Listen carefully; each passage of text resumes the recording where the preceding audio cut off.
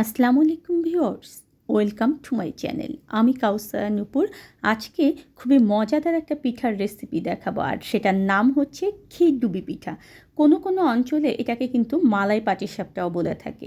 এরকম আরও অনেক নতুন নতুন রেসিপি প্রায় প্রতিদিনই কিন্তু আমি আমার চ্যানেলে আপলোড দিচ্ছি, আর সে কারণে কিন্তু আমার চ্যানেলটা সাবস্ক্রাইব করে পাশেই থাকতে হবে।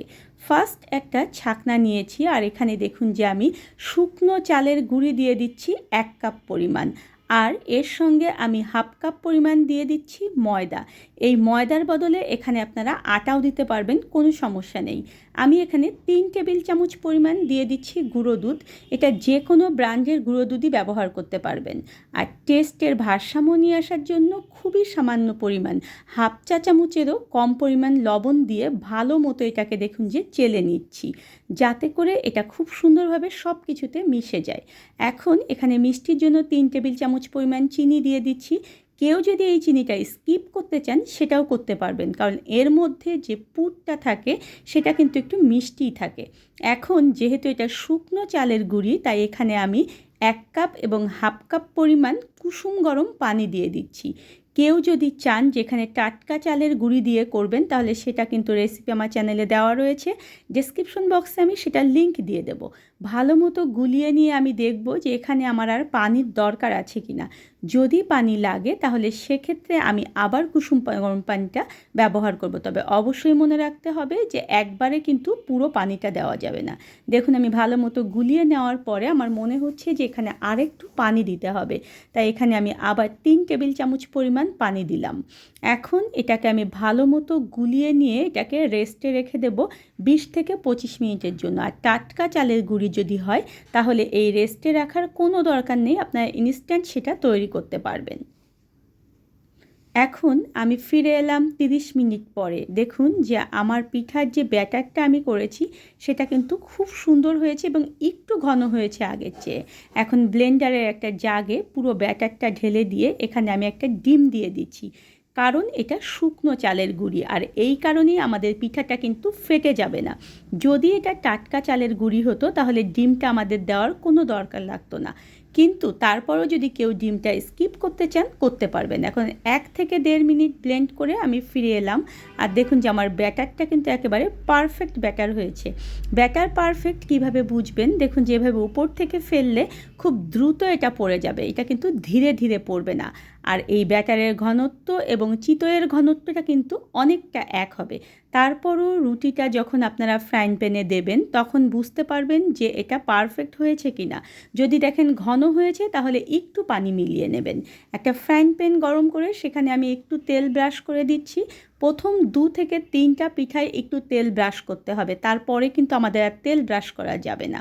এখন দেখুন যে এটা গরম ততক্ষণ করতে হবে যতক্ষণ একেবারে ফ্রাই প্যানটা সুন্দর গরম হয়ে যাবে। তারপরে আমরা চুলার আঁচটাকে মাঝারি লো করে দেব।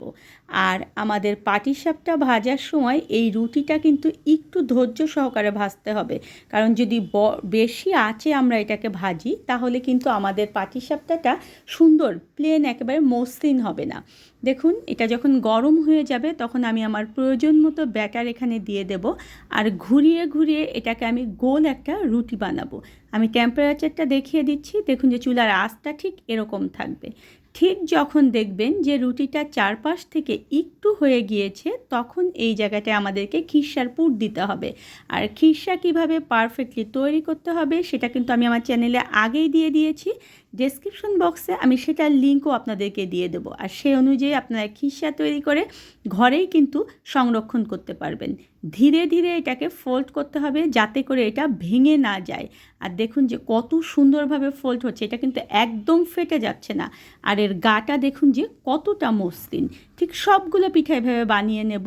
আর এর মধ্যে আমাদেরকে মালাই তৈরি করতে হবে। মালাই তৈরি করার জন্য এখানে আমি 4 কাপ পরিমাণ দুধ দিয়েছি, মানে 1 লিটার পরিমাণ দুধ দিয়েছি। কেউ যদি এখানে তরল দুধ পুরোটাই ব্যবহার করতে না চান তাহলে আপনারা 2 কাপ পরিমাণ তরল দুধ দিয়ে এখানে হাফ কাপ পরিমাণ গুঁড়ো দুধ দিয়েও করতে পারবেন। তবে সেটার চেয়ে পুরোটা তরল দুধ দিয়ে যখন আমরা মালাই তৈরি করি সেটা খেতে বেশি ভালো লাগে।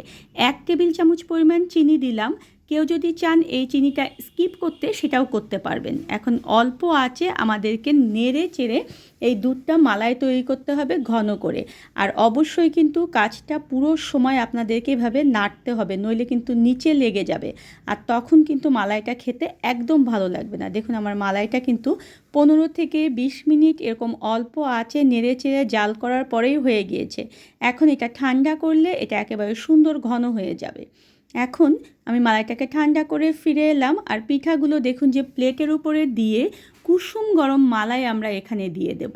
আর দেখেছেন কতটা সুন্দর লাগছে, আর যখন কিছুটা সময় এটা ভিজবে তখন কিন্তু এটার টেস্ট হবে আরও অন্যরকম। কিছুটা পেস্তার গুঁড়া দিয়ে আমি এটাকে সাজিয়ে দিচ্ছি, তাহলে এটা খেতেও যেমন ভালো লাগবে, দেখতে তো অবশ্যই ভালো লাগবে। ধন্যবাদ সবাইকে আমার সঙ্গে থাকার জন্য। আর আমার পরবর্তীতে আরও নতুন কোনো ভিডিও পেতে হলে আমার চ্যানেলটার সঙ্গেই থাকবেন।